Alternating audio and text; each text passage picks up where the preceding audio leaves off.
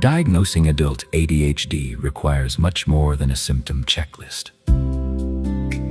Many conditions can mimic ADHD, and many adults with ADHD have developed coping strategies that hide symptoms for years. A careful, structured evaluation is essential for making an accurate diagnosis. When to screen.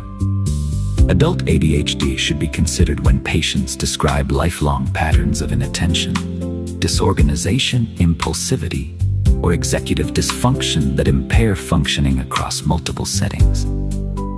Common clinical clues include chronic procrastination, repeated job instability, difficulty completing tasks, relationship conflict, and treatment-resistant anxiety or depression. The key is identifying persistent patterns that began early in life. One of the most practical screening tools in primary care is the Adult ADHD Self-Report Scale, or ASRS version 1.1 screener. The 6-question version can be completed in less than 5 minutes and has good sensitivity for identifying adults who may require a more comprehensive evaluation. Screening tools support the diagnostic process, but they do not establish the diagnosis by themselves. For adults, DSM-5 criteria require at least 5 symptoms of inattention and/or hyperactivity impulsivity. Symptoms must have been present before age 12 and must cause clinically significant impairment. Importantly, symptoms should affect at least 2 major settings, such as work, home, school, or relationships. ADHD is fundamentally a disorder of function, not simply attention. A high-quality ADHD evaluation is rarely completed in a single visit. Whenever possible, clinicians should use at least 2 visits to assess symptom persistence, clarify developmental history, evaluate motivation for treatment, and rule out alternative explanations. This approach improves diagnostic accuracy and reduces the risk of overdiagnosis. Collateral information is one of the most valuable parts of the evaluation process.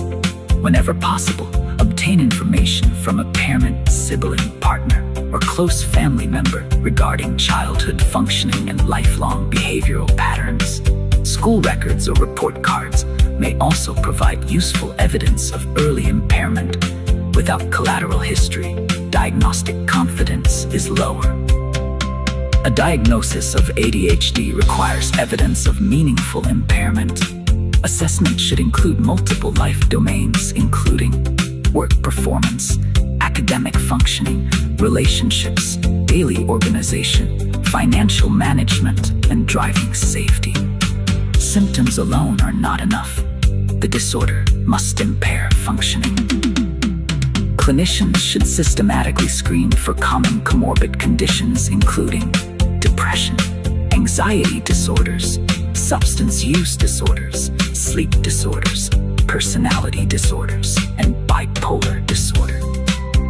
Many of these conditions overlap with ADHD symptoms and may complicate diagnosis and treatment planning.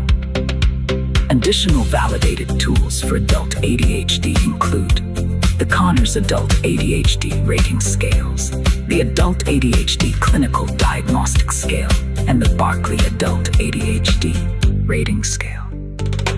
These instruments can help quantify symptoms and monitor treatment response over time.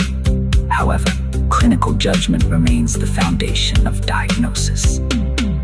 One of the biggest diagnostic mistakes is focusing only on current symptoms while ignoring developmental history. Adult ADHD is a lifelong neurodevelopmental condition. If symptoms began only in adulthood, clinicians should strongly consider alternative diagnosis before labeling the patient with ADHD.